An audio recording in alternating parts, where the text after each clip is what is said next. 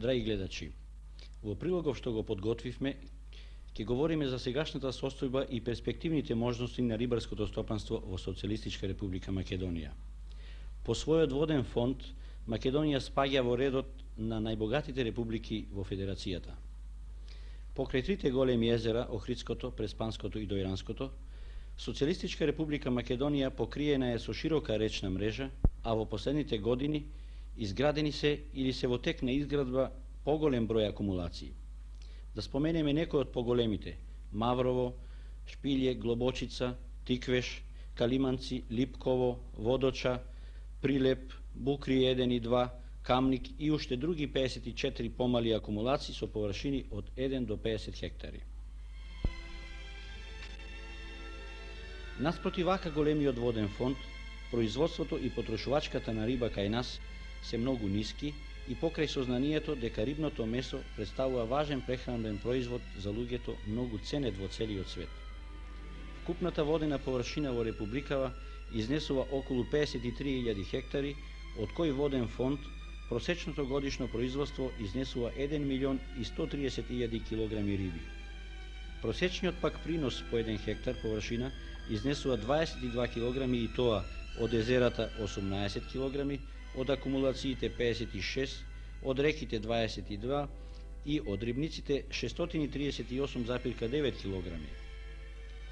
Во вкупното годишно производство на сладководна риба во Југославија, кој изнесува 16 милиони килограми, Македонија учествува само со 7,2 насто.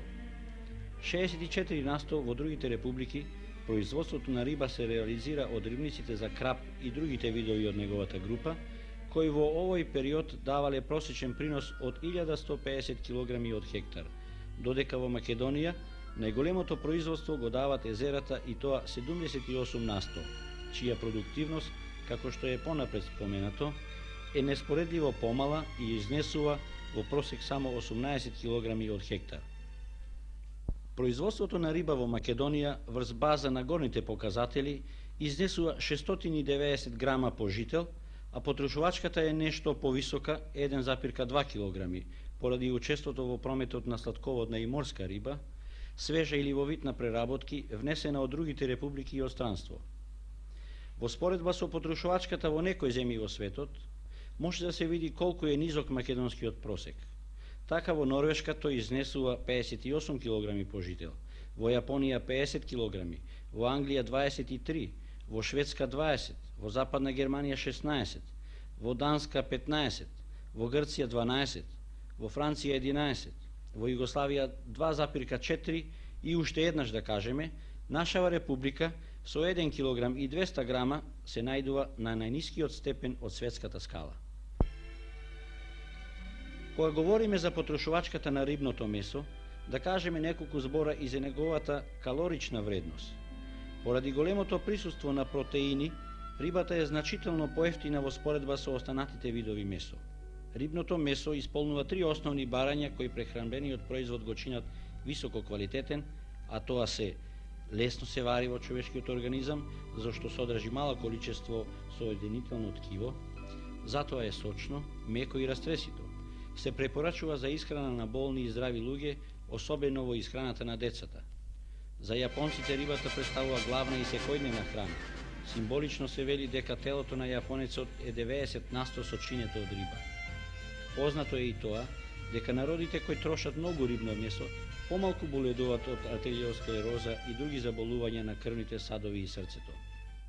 Рибното месо е богато со така наречени есенцијални аминокиселини, неопходни за човешкиот организам, за неговиот развој, умствен напор и другите важни функции. Рибните протеини покрај некои растителни можат во потполност да ги задоволат сите потреби на организмот, додека витамините А и Д, важни за нормалното растење и регулирање на метаболизмот на калциумот и фосфорот, витамините Б и Е, како и многуте минерални материи, ја надополнуваат вредноста на рибното месо.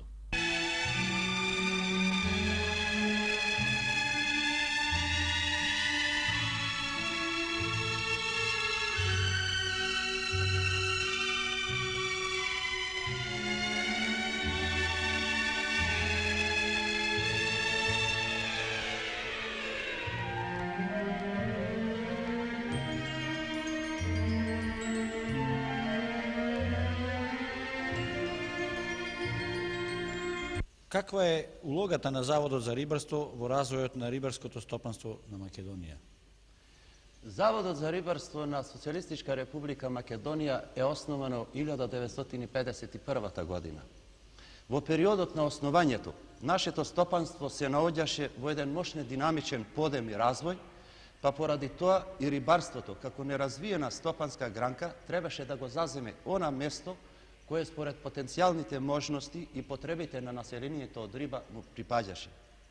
Почнувајќи со својата дејност во услови кога не постоја скоро никакви научни подлоги за програмирање на идниот развој, Заводот пред себе си постави како основна цел да работи на унапредувањето на рибарството со примена во практиката на сопствени и туѓи научни откритија и резултати.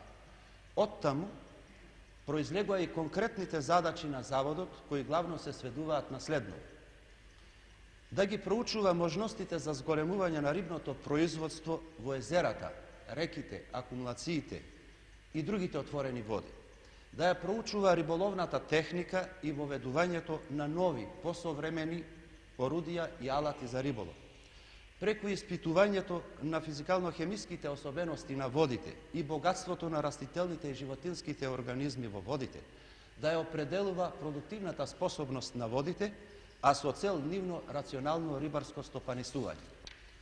Со цел да се облагородат постојните рибни населби во водите, со попродуктивни и на пазарот поценети видови риби, како и да се создадат услови за помасовно развивање на спортско-риболовниот туризам, да гради мрестилишта за порибување со подмладок и да ги порибува водите ширум републиката, да ги проучува можностите за изградба на рибнички капацитети и да изработува планови и проекти и дава стручна помош во примената на современа технолошка постапка во рибничкото производство, да ги проучува рибните болести и дава упатства за нивно спречување, да проучува организацијата и економиката на рибарското производство и да дава предлози за нивно усовршување.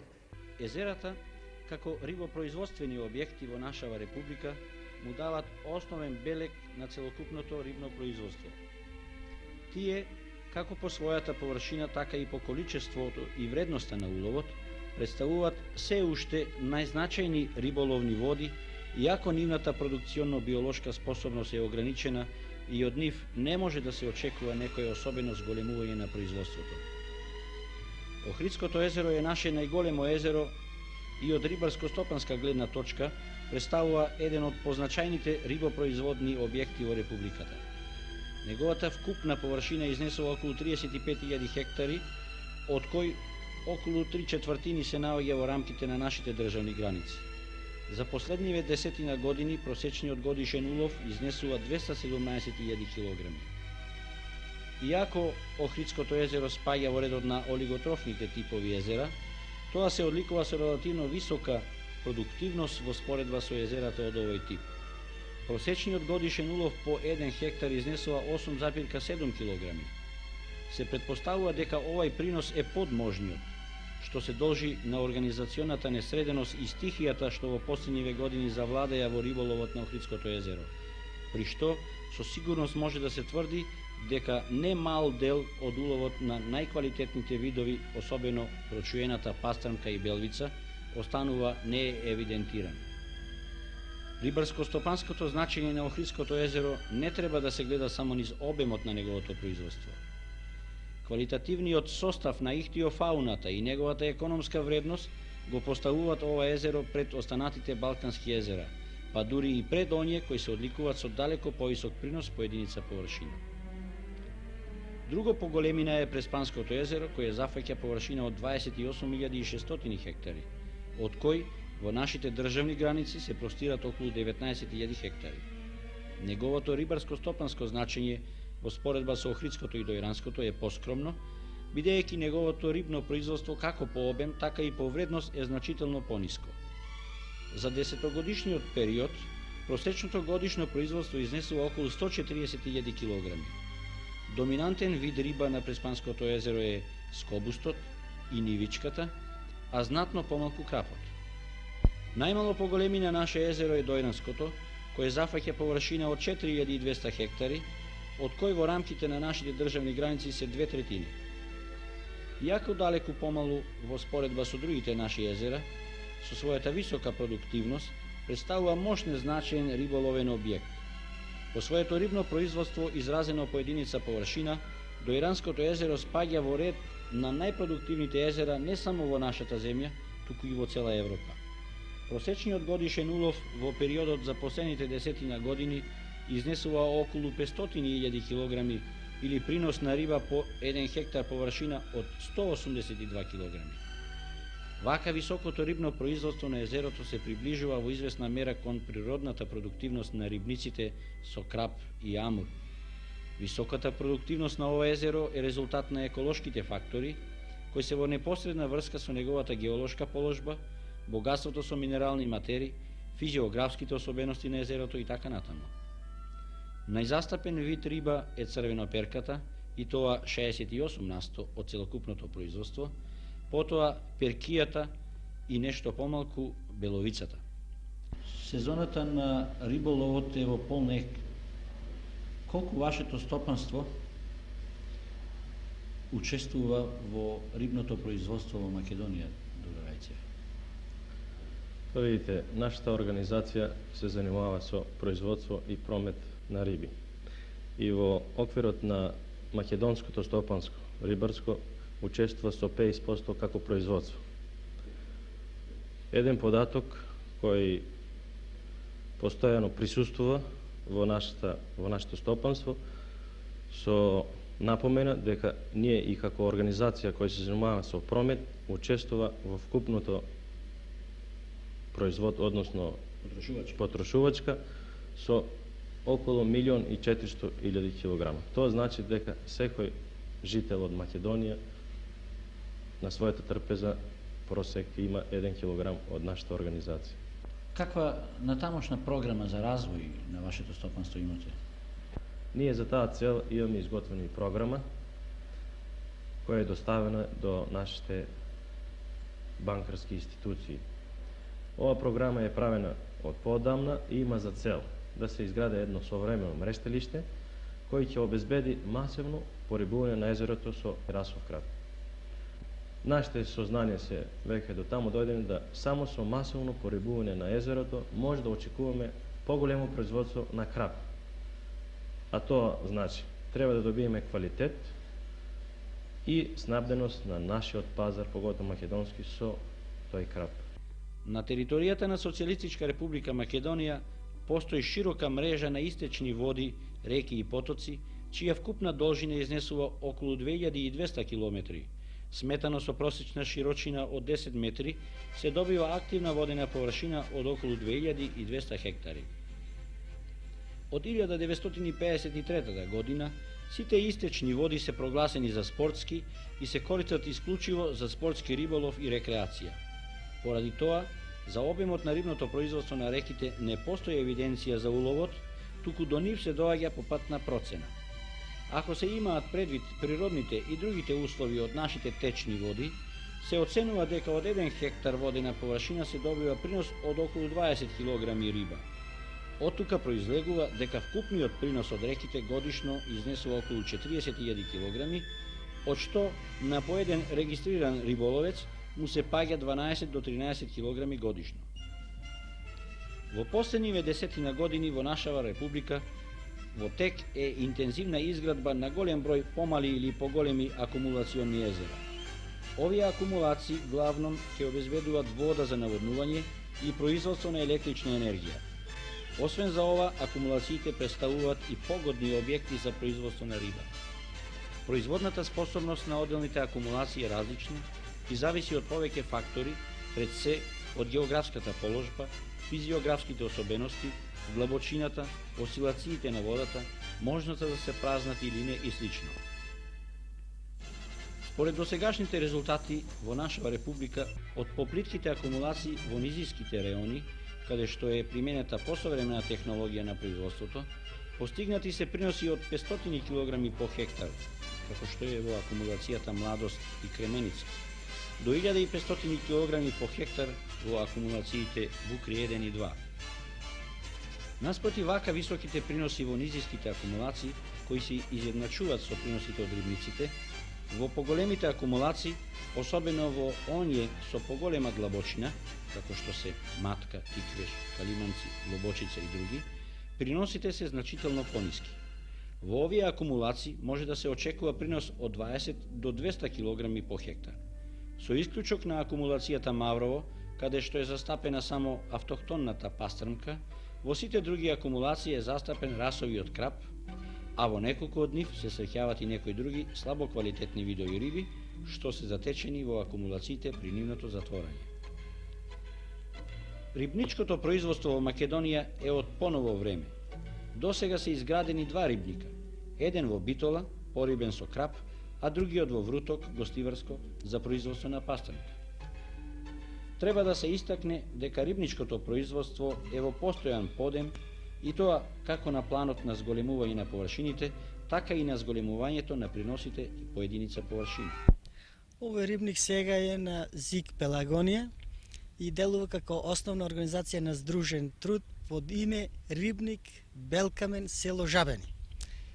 Каква е површината? Неговата бруто површина изнесува околу 184 хектари, а корисна површина е 168 хектари. На него се одгледуваат главно крап, израелски, потоа имаме мал број бел амур и бел толстолобик, кои се застапени со цел да добиеме матици за понатамошен мрест за собствено порибување и евентуално ако добиеме поголема количина подмладок од истите, да ги продадеме на други стопански организации кои се заинтересирани за истите. Од колку принос очекуваме? Од прилика очекуваме околу 180 тона вкупно производство на целиот рибник. Или по хектар колку доаѓа? Или по хектар околу 1000 килограми, рачунаме. За кое време е потребно да се добие принос од 1 килограм риба? До сегашните мои искуства покажа дека за 5-6 месеци на овој рибник се добива килограм риба.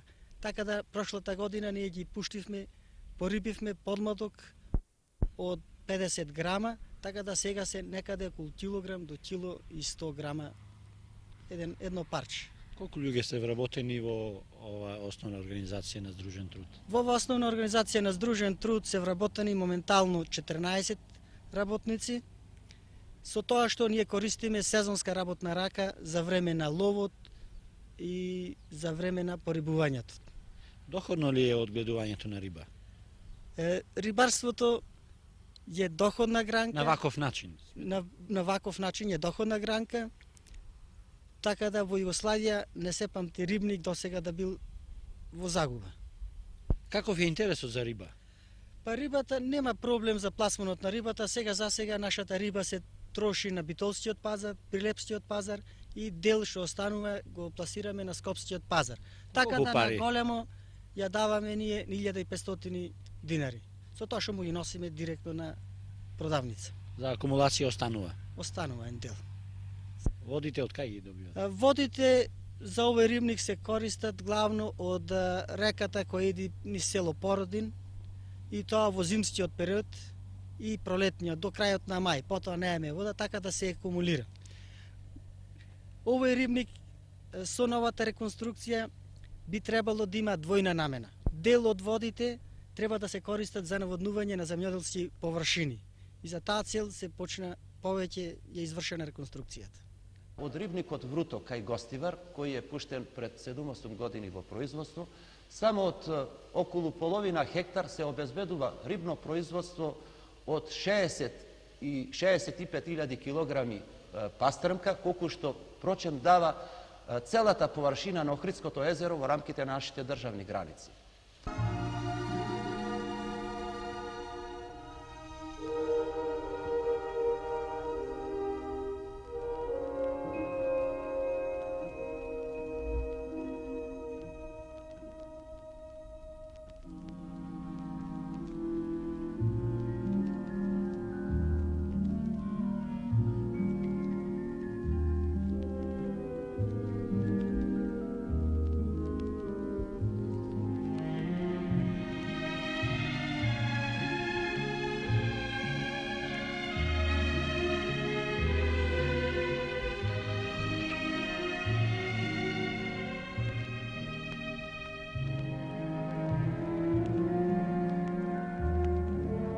Во светот со примена на современа технологија, со висок степен на механизација во производството и висока кадровска опременост, се постигнуваат и значително повисоки приноси, во одделни случаи и 4 пати повисоки. Затоа рибниците представуваат објекти со најголеми производни можности и висок рентабилитет. Во Социјалистичка република Македонија постојат поголеми површини што поради својата педолошка карактеристика и конфигурацијата на теренот не даваат можност за организирање на современо и доходно земјоделско производство.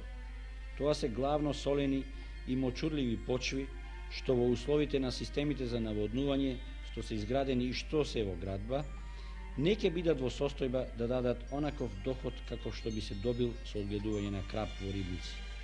Вакви површини во нашата република има во Овчеполието, во Пелагонија, Струмичкото поле и другите подрачја. Климатските фактори како еден од основните чинители за органската продукција на водите, а со тоа и рибното производство од рибниците, општо земено во нашата република се поволни. Обезбедува ран мрест на рибите, долг вегетационен период, односно долг период на активна исхрана. Благодарење на поволниот термички режим, ќе биде можна висока органска продукција, што представува еден од основните услови за добивање високо рибно производство. Рибарското стопанство во Ресен подигна рибник за пастранка во селото Крушје, користејќи ги водите на планинскиот извор на површина помала од половина хектар, а на терен непогоден за ниедна земјоделска култура. Од овој рибник, што се гледа и на нашиот филм, се планира годишно производство од околу 20.000 килограми пастранка, што е рамно на доходност од 120 хектари посеани со пченица. За рентабилноста на производството на риби, да го кажеме и уште овој податок. Ако доходот добиен од 1 хектар со пченка, и тоа југословенски просечен принос, го означиме со индекс 100, тогаш доходот остварен од истата површина на рибник со пастрнка ќе има индекс 13.300. Зарем тоа не е индустрија? За разлика од онаа правата индустрија, ова е почувствителна, но затоа пак подоходна.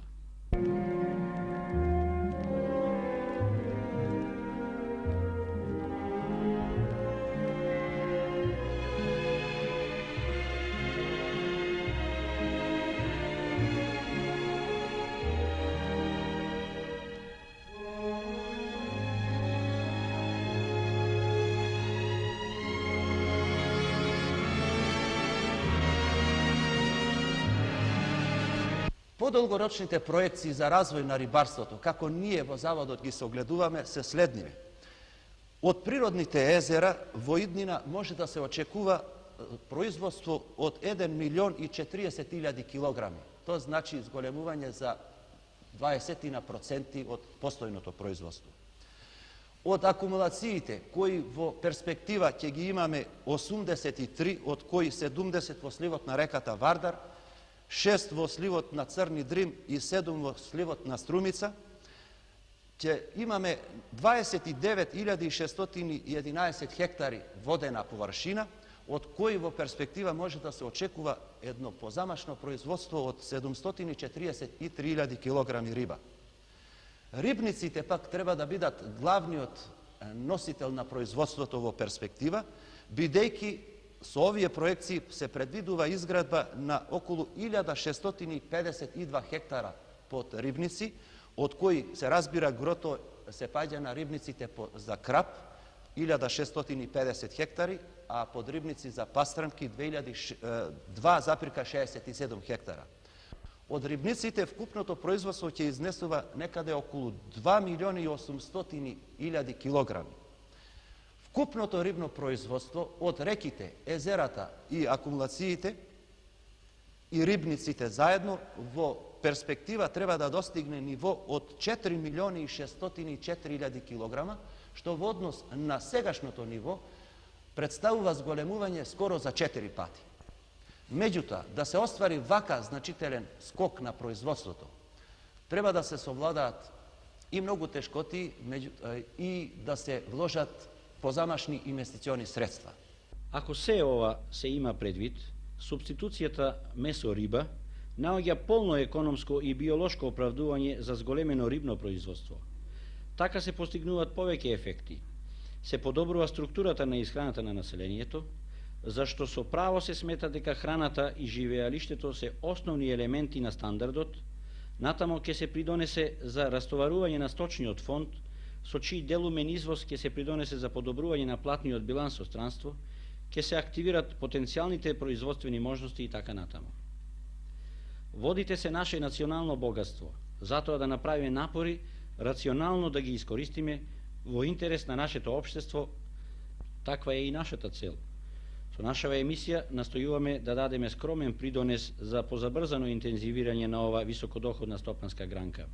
Свесни при тоа дека не ги опативме сите проблеми кои стојат за разрешување, како што се кадровските прашања, организацијата на прометот, транспорт и чување и слично. Сметаме дека тие имат второстепено значење и се полесно решливи.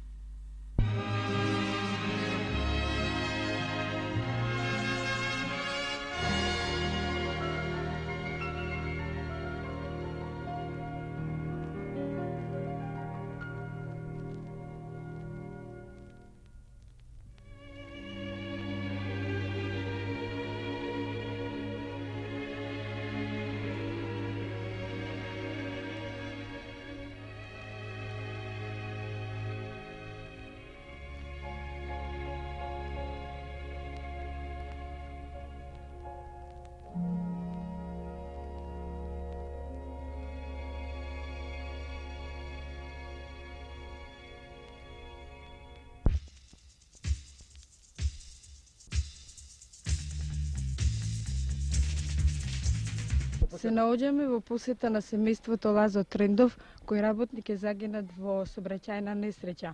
Оваа куќа е негова и во оваа куќа живее неговото семејство. Неговото семејство се состои од 2 малолетни деца и сопругата. Помошта се состои во запослување на неговата сопруга, давање на средства од фондот и непосредна помош е оваа помош која се состои во топла облека на неговото семејство.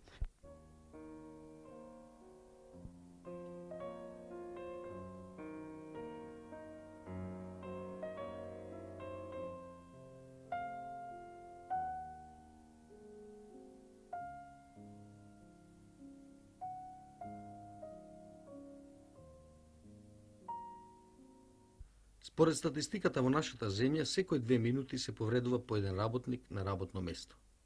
Во дрвната индустрија повредите почесто се случуваат. Во организацијата на Здружен труд Треска за последниве 3 години 200 работници се повредени, од кои 20 загинале. Просечно во годината 60 работници стануваат инвалиди. За 40 години, колку што изнесува времето за здобивање пензија, бројот на повредените работници би бил околу 2000 на 12.000 вработени. Што превземаат работните луѓе од Треска за облажување на овој проблем? На ова прашање бара одговор нашава репортажа што ја снимивме деновиве. Синдикатот беше носител за формирање на фондот за колективна заштита на работниците. Еден ваков фонд одигра огромна роља, има огромно значење за нашите вработени на Треска, затоа што она е распространета на голема територија. Работници кои што работат од почев од шумарството по планините, па до финалното производство во фабриките, секако ними им беше нужно едно вакво колективно збринување. Значењето на овој фонд се огледува во тоа што е баш внатре интерен на работната организација, затоа што самата административна оперативност е блиска, што е многу важно исплатувањето на сите обештетувања што настануваат, се многу брзи, одат по еден многу брз пат, што е тоа многу битно за работникот што очекува една таква заштита. Работниците секако осознати за потребата што настануваат во секојдневниот живот, следејќи многу примери на озледување, оштетување на наши работници, го примија со големо задоволство. Тоа може да се чуе од нашите работници и да се види на повеќе места во нашите погони, во фабриките. Кај нас работниците, значи најубаво се се осетува, прибедејќи сите тие фондови, наши тие пари остануваат тука, во самата заедница, и најлесно можеме тие пари тука да ги било за расподелба, например, ако некој работник од тука се разболи, или пак било работник да се повреди од тука, и најлесно, значи, тие пари може да се помогне работникот, му се даваат пари, значи, ондак се праќаат работници, ондак на банјско лечење, ондак имаме на хумана начин, например, од тие пари од фондот, на помагање на тие работници кои што се повредили од тука и така. Дали овој фонд е формиран врз барање на самите работници? Па видете, овој фонд значи е така нешто, значи одобрен помоќу самите барање на самите работници. Колку пари месечно внесувате во тој фонд секој работник? Па секој работник, значи тоа е, значи према по 500 динара внесува, значи секој. Па бија сум веќе 3 години, бија сум у Дебарско бањо. Па бев у летовалишто нашу во Струга со цело фамилију. Има уште кои што се били.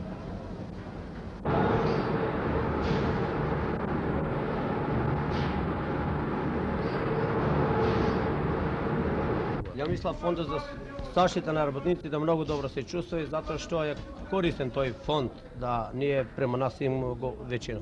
Солидарноста е многу поголема него што била порано и ја мислам дека е реална. Јас имам сестра и зет погинати за време работа зето, и ја мислам претпријатието е многу тој фонд му користи на децата. На каков начин се тие помогнати? Тие се помогнати, претпријатието им дава стипендија, и на најтешките моменти беа мислам директорите и другите со нив. Нашата фабрика при дрвно-индустријскиот комбинат Треска у заедница, фабриката во Кавадраци, има испратено на лечење 50 работника, тоест на банско лечење и на климатско лечење.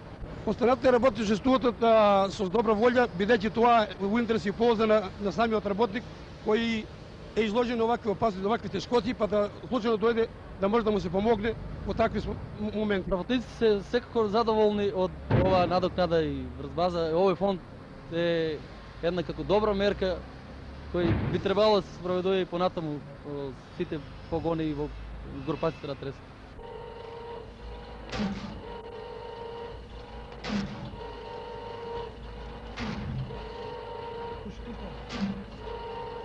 Најповеќе повреди имаме на рацете, на прстите, каде што често доваѓа до оштетување на завршетоците на прстите. Помалце повреди има на телото, уште помалци на долните екстремитети. Кај тие кои се повредат на работно место, најповеќе имаме на рацете, додека тие кои се повредат вон од работното место, имаме повеќе на нозете и на телото. Месечно имаме околу 20 вакви повреди, од кои се разбира поголемиот дел се обештетува. Повредите во Скопје се минимални, додека најповеќе повреди имаме во некои работни организации на Треска, кои работат со алати, со инструменти, со машини, кои кај најчесто може да дојде до повредување. Тоа се работници кои работат на фрези, работници кои работат на ножеви разни,оштрачи и така натака. Годинава имаме околу 118 несречни случаи. Имаме извештај направено за 3-месечие, 6-месечието и 9-месечието. Најповеќе повреди се случуваат во месеците кога имаме сезонска работа, тоа е кога се сади тутун или кога се бере грозито. Што све чините да не дојде до вакви повреди? Фондот врши обучување, тоест службата што е во Треска, во Скопје, врши обучување со моите прави обврски при заштита на работата. Друго имаме, ланската година имаме тестирање на работниците со прашања, а исто така и одговори воедно да се упознаваат каква заштита треба да се применува на тоа исто работно место, а и исто така референтот и инженерот по ХТЗ што е во нашиот комбинат, одат од работно место на работно место и ги упозоруваат, а додека новите работници кога ќе видат некој нов работник, тие го обучуваат и го едноставно му велат да оваа машина има таква и таква заштита, пази се, ако тоа го нема, ќе дојде до поголема повреда. Се води исто така голема сметка да тие работници, поред тоа што добијат оваа надокнада, за време на своите годишни одмори, а некои чак и вон од своите годишни одмори, бидат испратени на бањско климатско лекување, на рехабилитација во Македонија или вон од Македонија, така да оваа година имаме испратени чак и во Игало, каде тие исто се рехабилитират. Одборот за заштита е еден самоуправен орган кој што делува во склад со сите самоуправни органи во предпријатието Треска. Неговата задача е да управува со фондот и координира работата со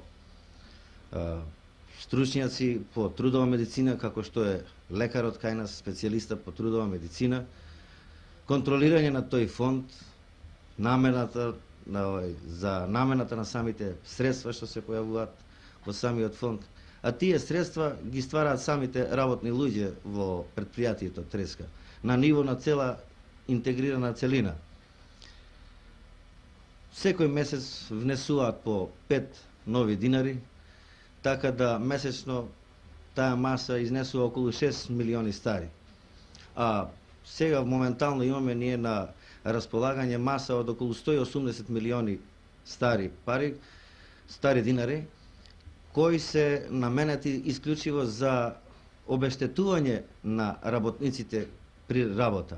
За обештетување заклучно до денешниот ден се дадени околу 26 милиони, за банско климатско лекување околу 22 милиони, за социјални помоши дадени се 3 милиони и 600, за обука на работниците, за масовна обука на работниците преку наградна игра дадени се негде околу 4 милиони и 200 хиљади динари. Во досегашното постоење имаме над 200 предмети решени, од кои 20 предмети се, односно 23 предмети се решени во смртни случаеви, односно за смртни случаеви на работници кои за време на работа или вон работа, а претежно вон работа, на било кој основ го загубиле својот живот. Се водеше сметка при планирањето на средствата каде ќе се утрошат и со каква намена ќе бидат. Се водеше сметка за тоа колку во семејствата има малолетни деца, така да повеќето средства одеа за набавка на облека на тие деца, што мислиме да им ги подадеме, да им ги подариме во очи на нова година. Интересно е да се напомене дека лицата кои што поради повреда на работа или вон работа погинуваат, нивните семејства не им се оставаат на милост и немилост, туку се преземаат различни мерки. Било тоа да се запослува партнерот, брачниот другар, ако е способен за работа, или пак ако има дете работоспособно, тоа се запослува во Треска, што значи дека од материјалната страна веќе во почетокот се обезбедуваат. Исто така со обештетувањето, премијата од 1 милион динара се орочува на, уствари им се отвараат штедни книшки на децата на загинатиот работник, така да и од таа страна материјално се обезбедуваат и децата, се обезбедуваат средства за нивно школување. Се наоѓаме во Струмица во посета на второто семејство на работникот Васил Рамбевски. Тој е исто така погинат во несреќен случај во работа. Инаку неговото семејство брои 3 члена, сопруга и 2 деца.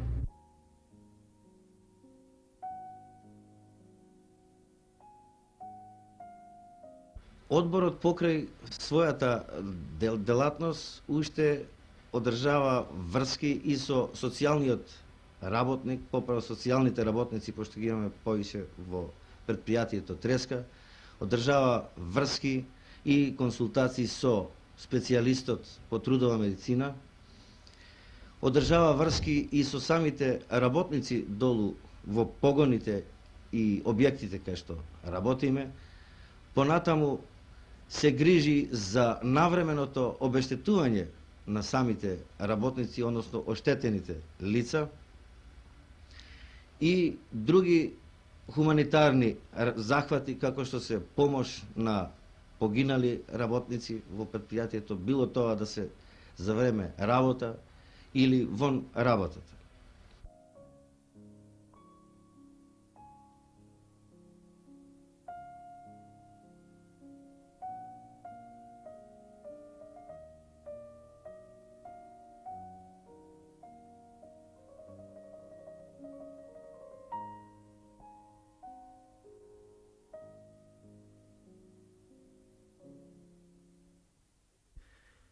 Децата на загинатите работници се даваат во домови и станови на чување како овој во кој се наоѓаат 3 деца на загинати работници од Треска.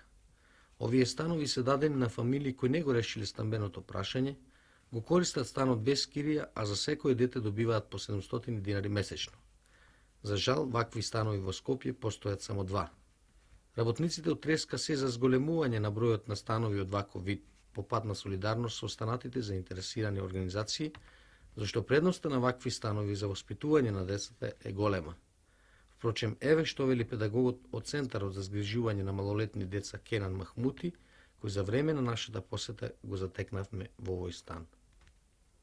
Ве молам, каква е предноста на вакви станови од педагошки аспект за дечињата? Па предноста е во тоа што во ваквите семејства децата практично имаат истата атмосфера, семејна атмосфера која на некој начин ни дава гаранција дека детето може нормално да се развива. Ние до сега имамо само 2 овакви семејства, меѓутоа, ако би биле волне нашите работни организации, кои што сега направија ово, да уз нивна помош ние сме спремни да прошириме такви семејства. Во нашите ово семејство работи и една учителка која се грижи за нормално воспитување и образување на овие деца и сметаме дека ни дава една добра гаранција за нормален развиток. Тоа су во главном деца која се изгубиле оно основна љубов кон родителот, па покушавамо на некој начин да таа љубов кон родителот на некој начин да го свратиме. Благодарам.